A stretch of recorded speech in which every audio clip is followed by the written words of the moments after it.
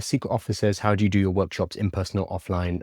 So both. When I first started, it was primarily in person. I prefer in person, despite being introverted. I didn't like getting up on stage, but I still found they were better for engagement. Giving online ones is a bit weird because you can't see how engaged people are.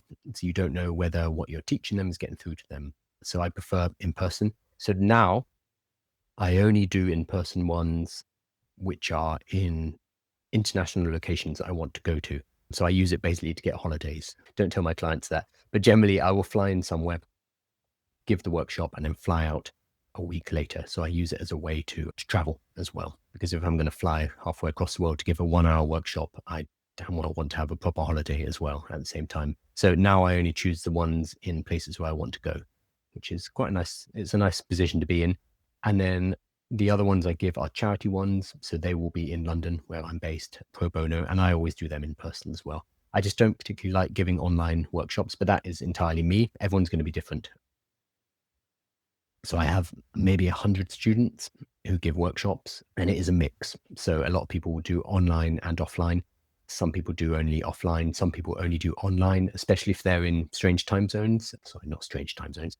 I have lots of people in Australia, for example, and if they want to give, if they're targeting the American market, they will do online workshops, obviously, because it's a long way to go. Sorry, Australians. It's not a strange time zone. It's your time zone. But it depends entirely. But I personally prefer offline because I think it's a better way to learn. Is that your main revenue stream for your business? Gosh, I have about 6 or 7 revenue streams. And yeah, it's one of them. So it's giving workshops, giving talks, sponsorship, although I don't really push. That's not something that I've really pushed, which I'm thinking about doing a bit more with. Some course sales, newsletter advertising. Gosh, some cash comes from things like TikTok, very little, but some cash. And then advisory and consultation as well. So it's a range of different services and different, some are passive, some are not. Generally, if it's not passive, I charge a lot more for it. But I think having multiple streams of revenue is probably the play right now because we do not know what the future is going to hold because of AI. So if you go all in on one idea or you go all in on one job, which is what a lot of people do, that doesn't give you the flexibility to deal with whatever's coming. So I'm of the opinion that we don't know what's going to happen, but we know something is going to happen. So we know change is the only constant, if you like. So because of that, it's useful to have flexibility. Having a 9 to 5 job is not very flexible because if your company says, we're not going to do AI, or they fall behind a competitor who is using AI, or AI demolishes the industry as a whole, then you're left holding the bag like, oh dear, what do I do?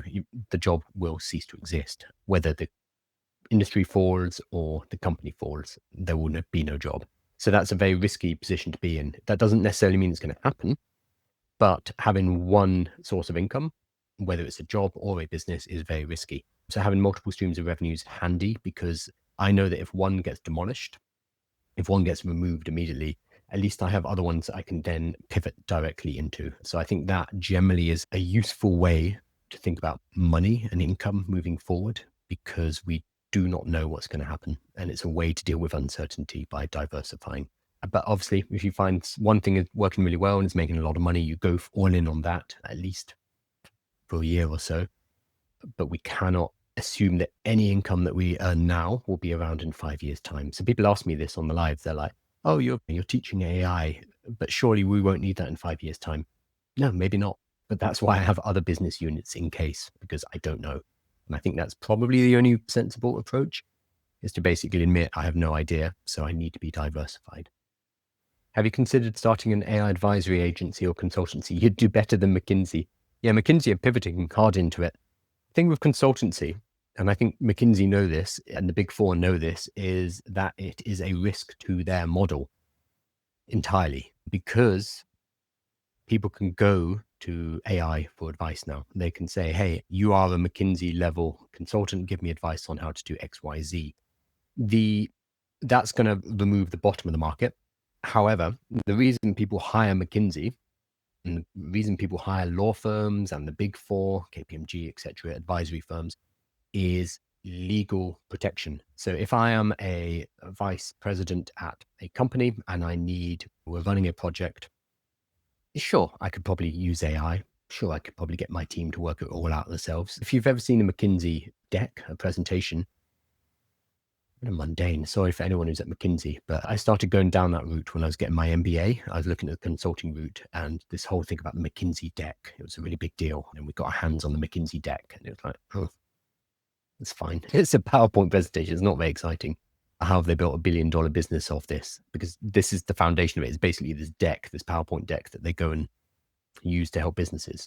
Okay, well, fine. Anyway, I'm not going to dump on McKinsey. They do what they do. But what you're paying for when you hire a consulting or an advisory or a legal firm is you're covering your ass.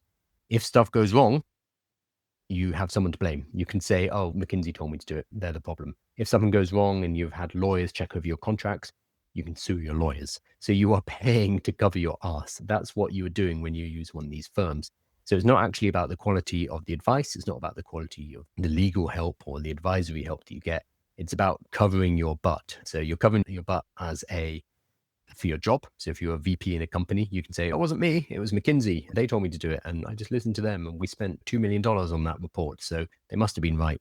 These things happen and you keep your job, but also there's legal protection as well. So that's the value proposition of these consultancy agencies, not just the advice. Also, it's not really something that I'm interested in. I prefer just educating. So I do some consulting, but it tends to be off the back of workshops. So I'll go and educate for a workshop and then I'll be asked, hey, we want to keep somebody on retainer that we can call in once a month, or when we have a question about, should we be worried about this? Or is this something we need to look into? They're able to call me and tap into that. So that's something I do, but I don't do full consultancy projects. It's not of interest to me personally. Again, if you want to become an AI consultant, I think it's a very good market because where there is chaos, where there is uncertainty, there's always money to be made because every single business on earth is trying to work out what to do with artificial intelligence right now. And if you can go in and you can confidently give them some kind of answer and point them in the right direction, that's extremely valuable. Yeah, secret offers, blame shift is what we call it. So people just spend millions and give it to McKinsey to shift the blame. And it's been happening for years. It's like that unofficial slogan for IBM. No one ever got fired for buying IBM. So IBM they never made the coolest or the sexiest or the most powerful computing system, but you would not get fired if you bought IBM and it was just underperforming slightly. But if you took a risk and you went with Apple or Microsoft or someone like that, you could get fired. So that was IBM's unofficial kind of stance. No one ever got fired for buying IBM. It was safe and that allowed them to keep making sales. And we're going to see a lot of legacy businesses who will continue on in this way despite it not making any sense from the outside because of artificial intelligence. They are just going to continue because they have the contacts, they cover people's asses, they are legacy systems, they're embedded into other businesses, etc., etc. So older businesses will survive. It won't be a complete tidal wave, even if they don't make any sense.